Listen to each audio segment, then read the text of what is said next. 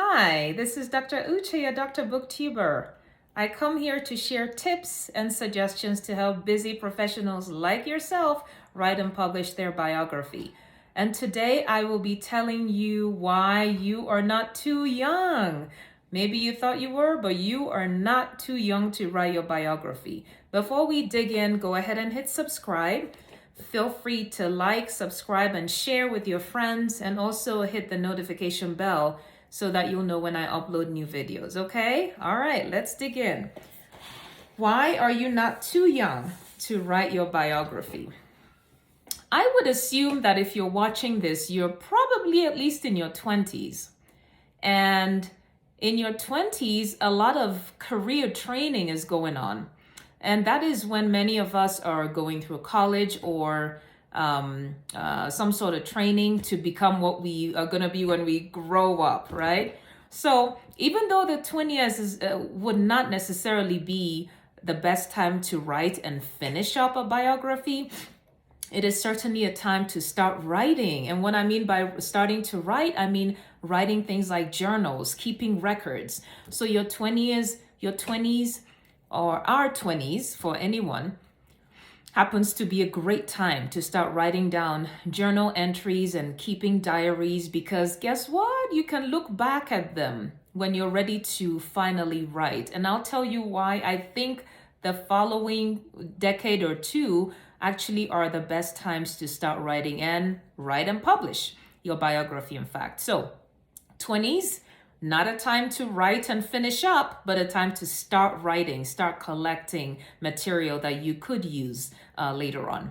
In your 30s and 40s, bingo, that is the best time to write and publish your biography, your initial biography, because you can always write another story later on. I'll give you an example. The former US President Barack Obama wrote Dreams from My Father and published it in his 30s. It wasn't till his, 50s that he wrote The Promised Land. Dreams from My Father is a little more focused on his upbringing, his divided inheritance, the Kenyan side, the American side. And then The Promised Land is more of a career story about his presidency, politics. And I'll be honest with you, I loved Dreams from My Father, but I could not finish The Promised Land because politics is not my kind of thing. Why am I giving this example? Because oftentimes that initial story is actually the most fun part of your life story, because it goes from childhood through your formative years to your early and, let's say about mid-adulthood. So that is often the most important part of your life, and that's when you as a person were formed.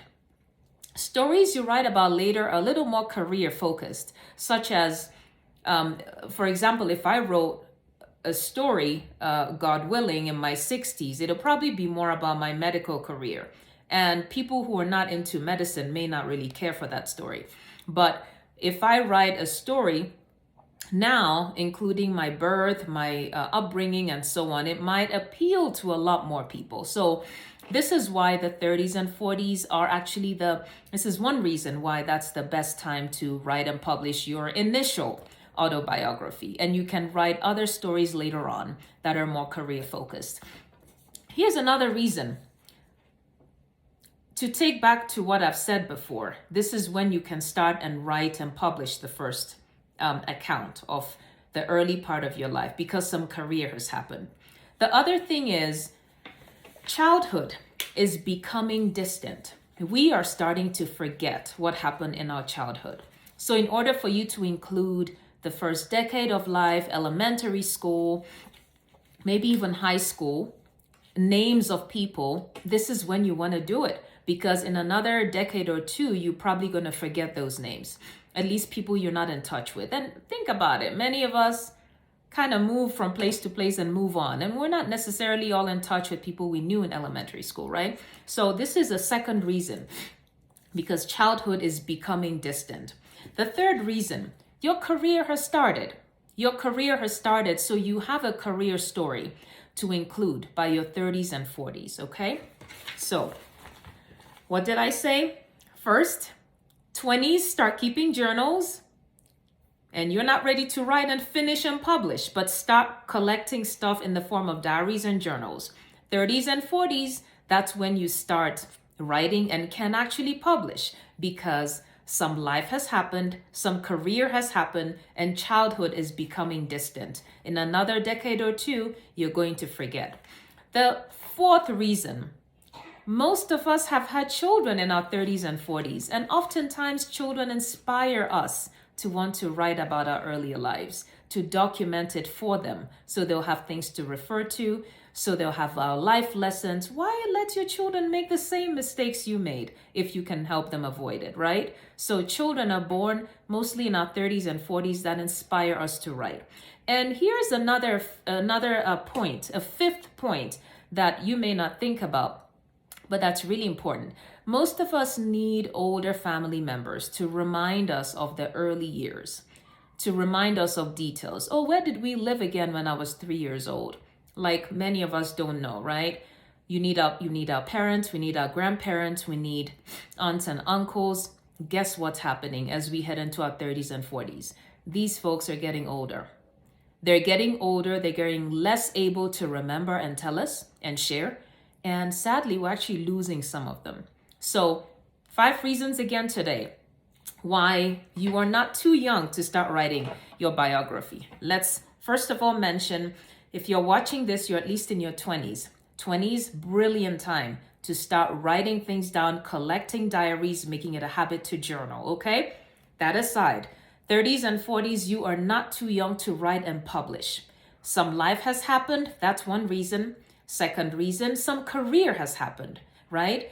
Third reason, we are going to forget childhood very soon here. Childhood is becoming something in our distant memory, and we're going to start forgetting some details.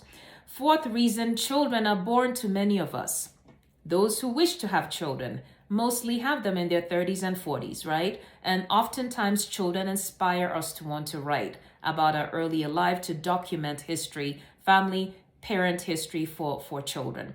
And then finally, parents and older relatives who often remind us of earlier lives are getting older. They're getting less able to remember details to remind us, and in some cases, we're actually losing them. This is Uche again, Dr. Uche, your Dr. Booktuber. I come here to give you writing and publishing tips. I help busy professionals like yourself write and publish their biography. Please follow, hit subscribe, like, share with your friends, and hit the notification bell so you know when I come back to discuss another set of tips and suggestions. Occasionally, I do book reviews on this channel, and I also do children's book read aloud. So I look forward to seeing you next time. Take care. Bye-bye.